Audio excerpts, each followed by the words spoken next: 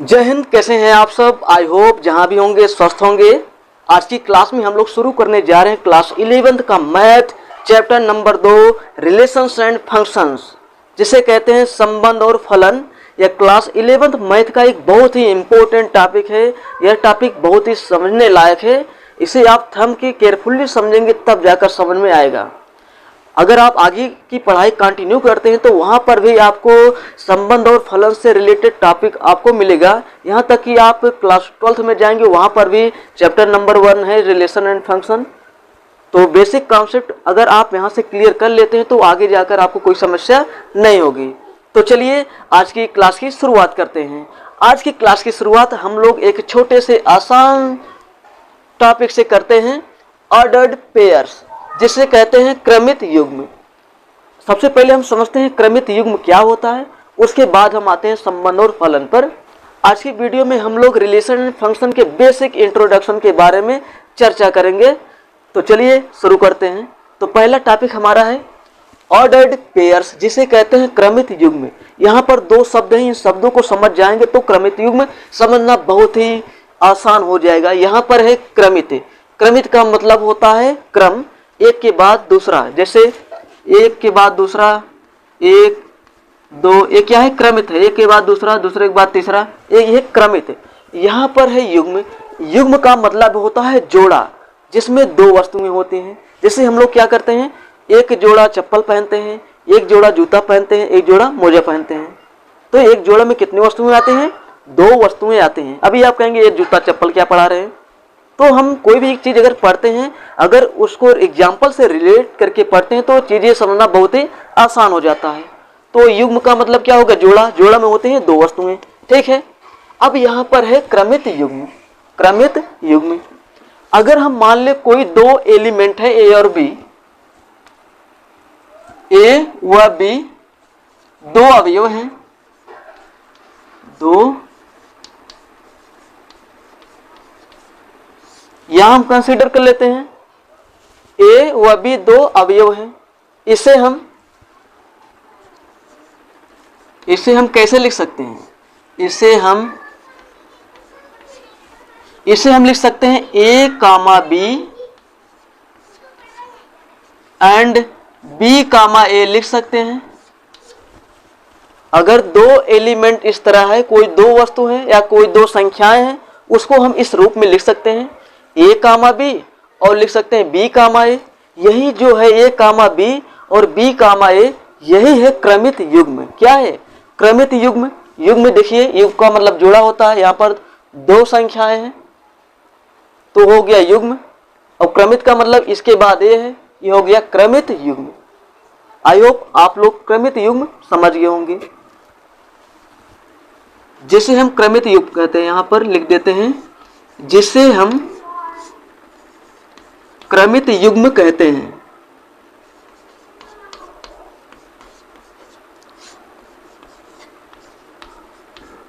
क्रमित युग्म कहते हैं।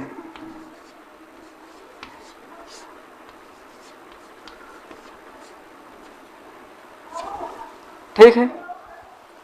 ए कामा बी और बी कामा ए क्या है? क्रमित युग्म है। यह आप ऐसे भी बता सकते हैं, दो अवयवों के जोड़े को क्रमित युग्म कहते हैं, जिसमें एक निश्चित क्रम होता है। दो अवयवों के जोड़े को, देखिए यहाँ पर एक दो, दो अवयव है यानी दो अवयवों का यह जोड़ा हो गया। इसमें भी दो अवयव है, बी कामा ए, यह भी दो अवयवों का जोड़ा है। यहाँ पर देखिए दो अवयवों का जोड़ा है, इसी दो अवयवों के जोड़े को कहते हैं क्रमित युग्म। लेकिन इनका जो क्रम है वो निश्चित होता है। यहाँ ये भी लिख सकते हैं दो अवयवों के जोड़े को, दो अवयवों के जोड़े को, दो अवयवों के जोड़े को क्रमित युग्म कहते हैं।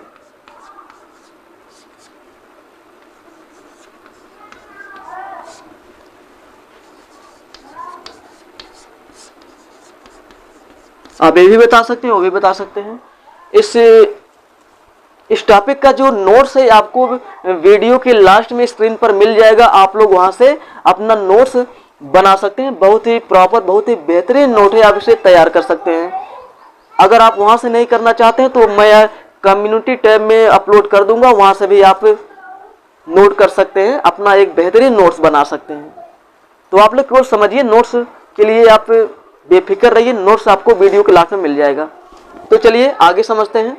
तो यहाँ आपने क्या पढ़ा, दो अवयवों के जोड़े को क्रमित युग्म कहते हैं। यहाँ देखिए ए कामा बी है और बी कामा ए है, तो ए को क्या कहते हैं, ए बी कामा ए का प्रथम अवयव है, ए कामा बी का, यहां पर जो ए है वह ए कामा बी का प्रथम अवयव है, प्रथम अवयव है। और यहां पर जो बी है वह बी ए कामा बी का द्वितीय अवयव है। यहां देखिए जो ए है पहला है और दूसरा जो है दूसरा है, तो बी ए कामा बी का द्वितीय निर्देशांक है या द्वितीय अवयव है, निर्देशांक भी कह सकते हैं, द्वितीय अवयव है। ठीक है, यहां पर जो ए है वह ए कामा बी का पहला अवयव है और बी ए कामा बी का द्वितीय अवयव है। और इसमें क्या होगा, बी जो है वह बी कामा ए का प्रथम अवयव है और ए बी कामा ए का द्वितीय अवयव है। और आप लोग सोचते होंगे ए बी इसमें भी है और ए बी इसमें भी है, दोनों क्या होंगे, बराबर होंगे? नहीं, ये दोनों भिन्न भिन्न हैं। यह अलग है और यह अलग है, यह कभी एक दूसरे को बराबर नहीं हो सकता है। बराबर भी हो सकते हैं, लेकिन बराबर होने के लिए कुछ कंडीशन होता है, उस कंडीशन के बारे में भी हम आगे चर्चा करेंगे। लेकिन फिलहाल अभी ये दोनों जो क्रमित युग्म में है ये अलग अलग है, ए कामा बी अलग है और बी कामा ए अलग है। आई होप आप इतना समझ गए होंगे। और यहाँ पर इसे हम कुछ इस प्रकार भी लिख सकते हैं, यहाँ जो ए कामा बी है, यहाँ जो ए कामा बी है, ए कामा बी का प्रथम निर्देशांक है। आप इसे पढ़े भी होंगे, जब निर्देशांक ज्यामिति पढ़े होंगे तो ऐसा शब्द आप जरूर पढ़े होंगे। यहाँ जो ए है, ए कामा बी का प्रथम निर्देशांक,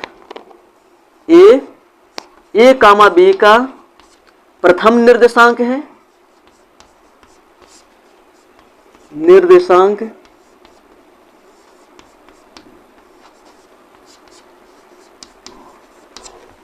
और बी जो है वह ए कामा बी का द्वितीय निर्देशांक है। बी हो गया द्वितीय निर्देशांक। आप लोग थम के समझिए, बहुत ही आसान टॉपिक है, अभी तो केवल इंट्रोडक्शन है। आप क्रमित युग में अच्छे समझ जाएंगे, आगे जो दो समुच्चयों का कार्तीय गुणन है उसे आप अच्छे से समझ जाएंगे। ए कामा बी का द्वितीय निर्देशांक है। यहां जो बी है वह बी ए कामा बी का द्वितीय निर्देशांक है। यहां देखिए ए पहला है और बी दूसरा है, तो बी ए कामा बी का द्वितीय निर्देशांक है। तो इतना आप लोग नोट कर लेंगे। नोट नहीं करेंगे तो लास्ट में अभी आपको नोट्स मिल जाएगा, वहां से आप अपना एक बेहतरीन नोट्स बना सकते हैं। तो चलिए आगे हम समझते हैं। आई होप आप लोग इतना समझ गए होंगे। तो यहाँ कुछ और पॉइंट के बारे में समझते हैं। यहाँ जो ए कामा बी व बी कामा ए भिन्न भिन्न है, भिन्न भिन्न है। यह जो दोनों क्रमित युग्म है दोनों अलग अलग है, भले ही दोनों अवयव दिखाई दे रहे हैं, ए कामा बी इसमें है, बी कामा ए इसमें भी है। अभी जब दिखाते हैं कैसे भिन्न है। अगर हम यहाँ लिखें 4 कामा 5 और यहाँ लिखें 5 कामा 4, ये दोनों भी जो क्रमित युग्म है ये भिन्न भिन्न है। अब यहीं से हम आपको क्लियर कर देंगे ये कैसे भिन्न है, भिन्न भिन्न है। अगर हम इन दोनों पॉइंट को समतल में दर्शाएं। 4,5 और 5,4 को समतल में दर्शाएं। क्या ये दोनों पॉइंट हमें एक ही प्लेस पर मिलते हैं? अगर एक ही प्लेस पर मिलेंगे तो 4,5 और 5,4 एक ही पॉइंट हो जाएंगे। अगर अलग अलग पॉइंट पर मिलते हैं तो ये दोनों जो निर्देशांक है डिफरेंट होंगे। तो चलिए दर्शाते हैं इसे। हम यहाँ दर्शाते हैं प्लेन में। ये हो गया वाई अक्ष और हो गया एक्स अक्ष।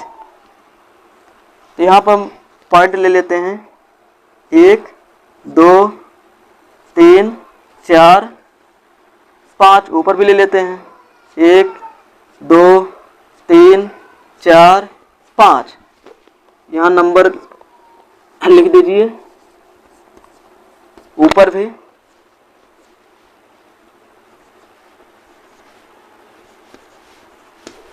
यहाँ जो प्रथम अवयव है वह x है और द्वितीय अवयव जो है y है। यह प्रथम x है और द्वितीय y है। अब देखिए 4,5 को इस प्लेन में दर्शाते हैं, कहाँ पर आएगा? तो x देखिए कितना है 4, x का मान 4 हो गया और y का मान 5। तो ये दोनों पॉइंट कहाँ पर मिलते हैं? देखिए तो ये दोनों पॉइंट मिलेंगे कुछ यहाँ पर। तो 4,5 हमें यहाँ पर मिल गया, 4,5 यहाँ पर मिल गया। इसे हम बिंदु ए नाम दे देते हैं। इसका नाम हम देते हैं ए। तो 4,5 हमें इस पॉइंट पर मिल गया। अब हम दर्शाते हैं किसको? 5,4 को।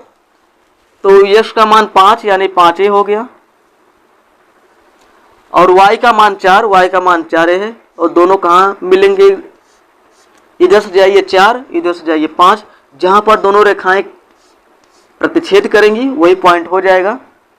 तो आप लोग देख पाएंगे यहाँ पर मिलेगा। तो इसे नाम दे देते हैं बिंदु P। इसका निर्देशांक क्या है? 5,4। तो आप लोग देखेंगे 4,5 व 5,4 डिफरेंट पॉइंट पर हमें मिल रहे हैं। तो इससे क्या क्लियर होता है? यहाँ पर जो 4,5 है और 5,4 है, दोनों क्या है? अलग अलग हैं। दोनों जो क्रमित युग्म है ये अलग हैं।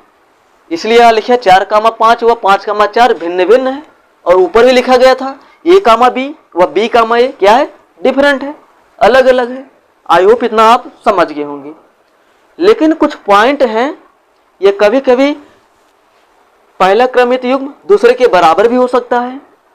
दूसरे के बराबर कब होते हैं? जब मान लो कोई दो क्रमित युग्म है, ये पहला हो गया और ये दूसरा क्रमित युग्म हो गया। अगर इसके संगत अवयव बराबर हो, अगर पहला अवयव पहले के बराबर हो और दूसरा अवयव दूसरे के बराबर हो, तो दोनों क्रमित युग्म क्या हो जाते हैं? बराबर हो जाते हैं। अगर हम दो क्रमित युग्म लें a, b बराबर होगा c, d के। a, b बराबर होगा c, d के जब a बराबर होगा c के, a बराबर होगा c के और b बराबर होगा d के, b बराबर होगा d के। अगर दो क्रमित युग्म हैं वे बराबर तब होंगे जब उनके संगत अवयव आपस में बराबर हो। कहने का तात्पर्य प्रथम अवयव के बराबर हो और द्वितीय अवयव के बराबर हो, तब दोनों क्रमित युग्म बराबर होते हैं। आई होप आप इसे समझ गए होंगे। चलिए हम इस क्रमित युग्म पर दो एग्जाम्पल करते हैं, उसके बाद हम नेक्स्ट टॉपिक के बारे में चर्चा करते हैं। चलिए अब हम लोग क्रमित युग्म से रिलेटेड कुछ क्वेश्चन करते हैं। तो क्वेश्चन 2 हम ले लिए हैं। क्वेश्चन नंबर 1 है, ये कह रहा है x और y के मान ज्ञात कीजिए या x और y ज्ञात करो यदि क्रमित युग्म 2x -1, -5 x, y + 1 बराबर हो। यहाँ पर दो क्रमित युग्म हैं, 2x -1, -5 ये पहला क्रमित युग्म है। दूसरा है x, y + 1 दोनों बराबर हैं। ये वाला बराबर है इसके। जब दोनों बराबर होते हैं तो हम कैसे लिखते हैं? इस प्रकार लिखते हैं, देखिए सॉल्यूशन में दो क्रमित युग्म है, दोनों बराबर है तो दोनों को बराबर लिख लो। 2x माइनस 1 कामा -5 का है, दोनों क्रमित युग्म बराबर है तो यहाँ पर बराबर का सिंबल लगाएंगे। उसके बाद x कामा y प्लस 1। ठीक है, आपको पता है जब दोनों क्रमित युग्म बराबर होते हैं तो उनके संगत अवयव आपस में बराबर होंगे। यहाँ जो पहला अवयव है, पहला अवयव बराबर होगा x के, दूसरा अवयव बराबर होगा y के। तो लिख देते हैं 2x माइनस 1 बराबर होगा x के, बराबर x। तो x को इधर लाइए और -1 को उधर ले जाइए, तो 2x माइनस x बराबर 1। आगे क्या होगा, 2x में से एक x माइनस करेंगे, बचेगा केवल x और बराबर 1। x का मान आ गया 1 और दूसरा अवयव बराबर होगा दूसरे अवयव के, तो -5 बराबर होगा y प्लस 1 के। अब y इधर ही रहेगा, 1 को इधर लाते हैं तो y बराबर मिल जाएगा -5 माइनस 1, तो यहां से फाइनली y का मान मिल जाएगा -6। यहां यश का मान आ गया 1 और यहां पर y का मान आ गया -6, तो क्रमित युग्म हो जाएगा। अगर आप इसे क्रमित युग्म के रूप में लिखना चाहें, क्रमित युग्म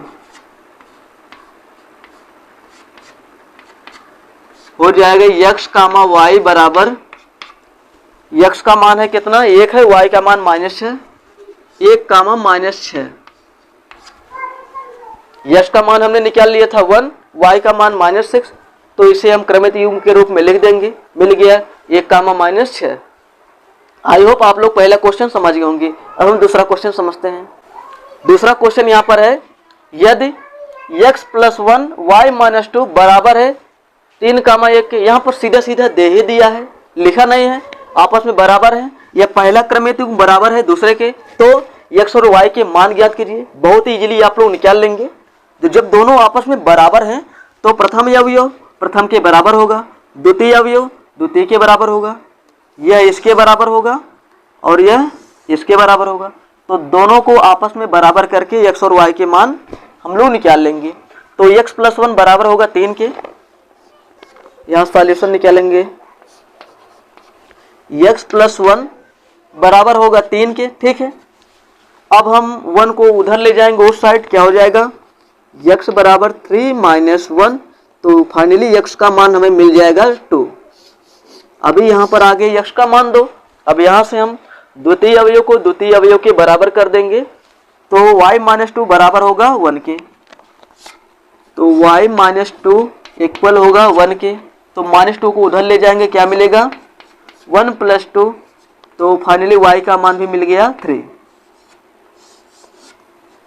यश का मान आया 2, y का मान आया 3। इस प्रकार हमें ऑर्डर्ड पेयर मिल जाएगा, यानी क्रमित युग्म।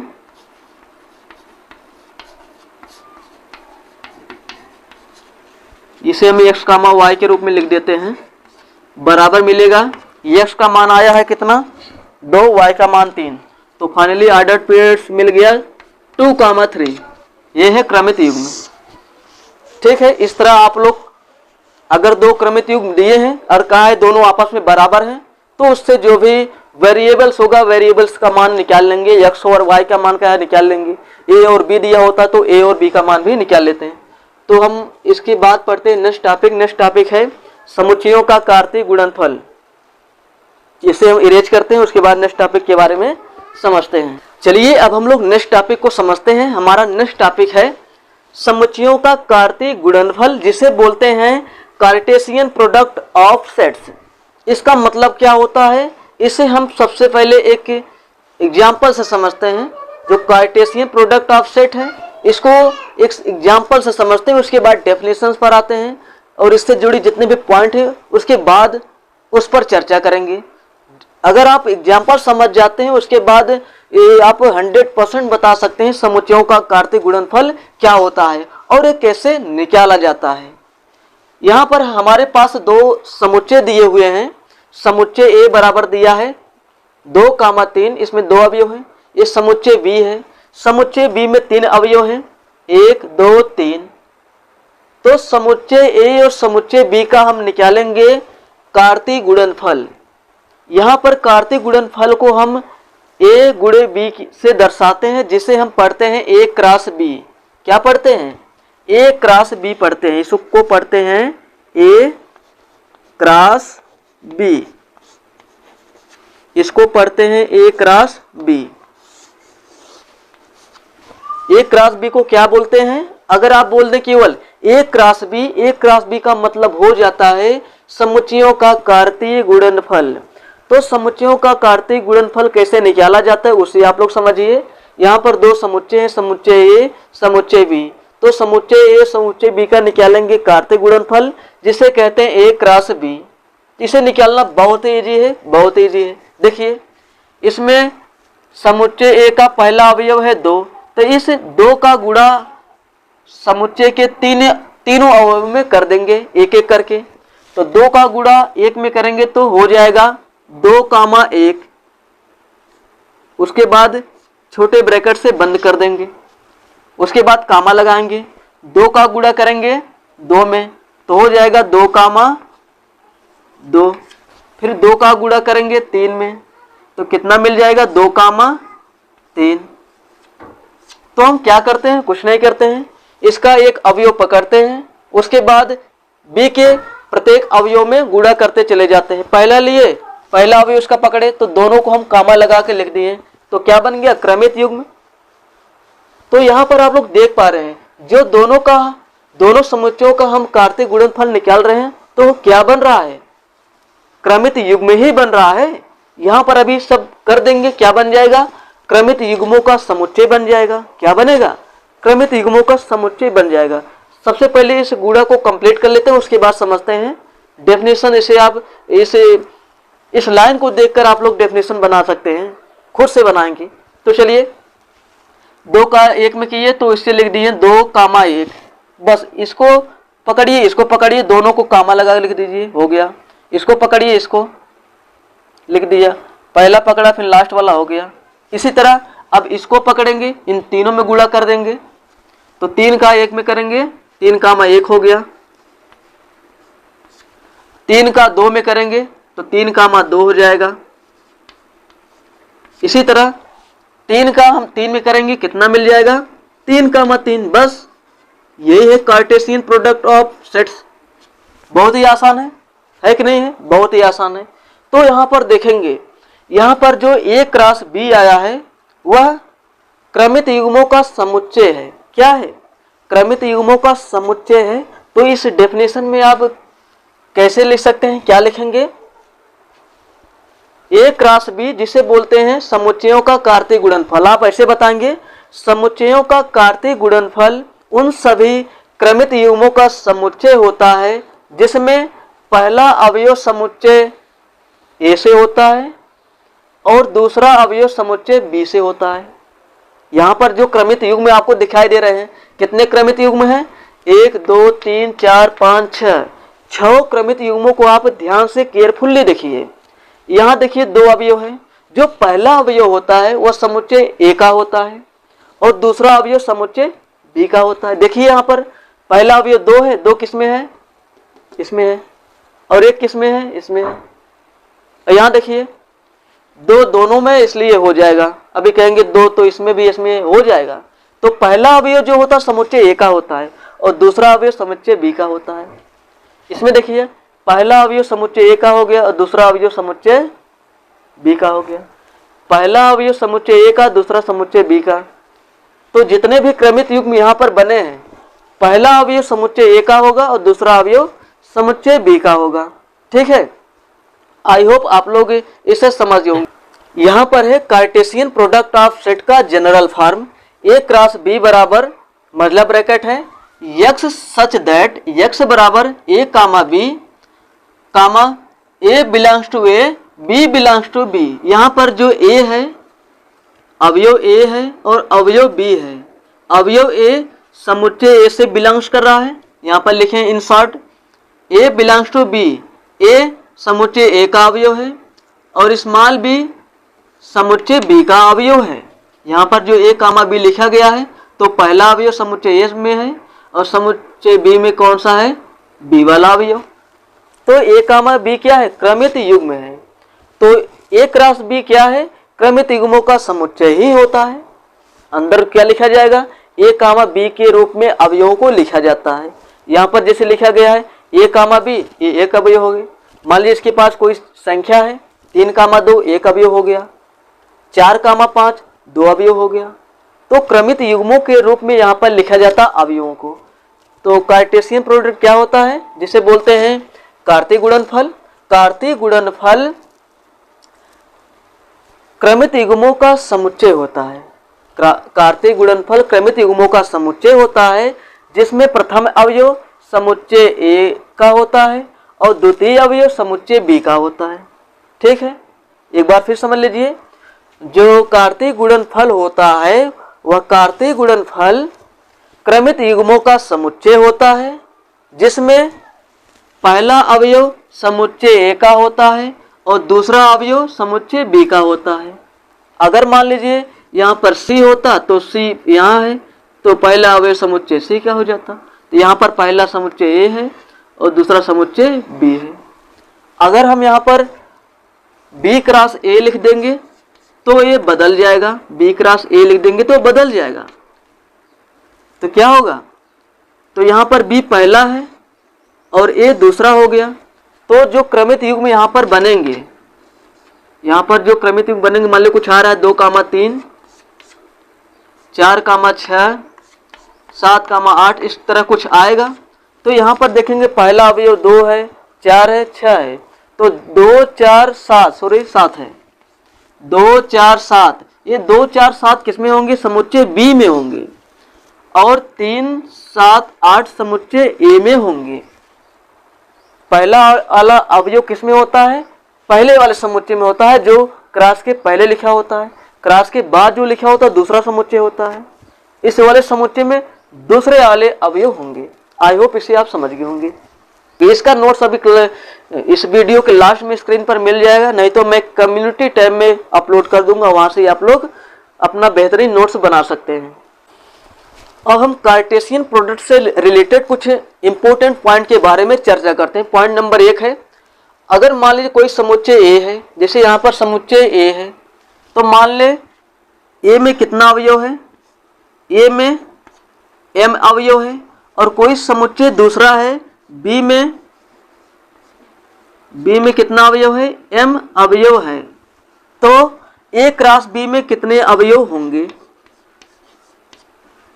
ए क्रॉस बी में कितने अवयव होंगे, ए क्रॉस बी में अवयव होंगे m गुणे n। ठीक है, अगर कोई समुच्चय ए है उसमें कितना है, m अवयव है, समुच्चय बी में n अवयव है, तो ए क्रॉस बी में कितने अवयव होंगे, ए क्रॉस बी में m गुणे n अवयव होंगे। यहाँ पर देखिए समुच्चय ए में कितने अवयव हैं, समुच्चय ए में कितने अवयव हैं, यहाँ पर 2 अवयव हैं। तो m के स्थान पर कितना हो गया, 2 हो गया। और समुच्चय बी में 3 अवयव हैं, समुच्चय बी में 3 अवयव हैं, तो n के स्थान पर 3 के स्थान पर n हो गया। तो ए क्रॉस बी में कितने अवयव होंगे, यहां से देख लीजिए आप लोग, m गुणे n होता है, तो m के स्थान पर क्या रख देंगे, 2,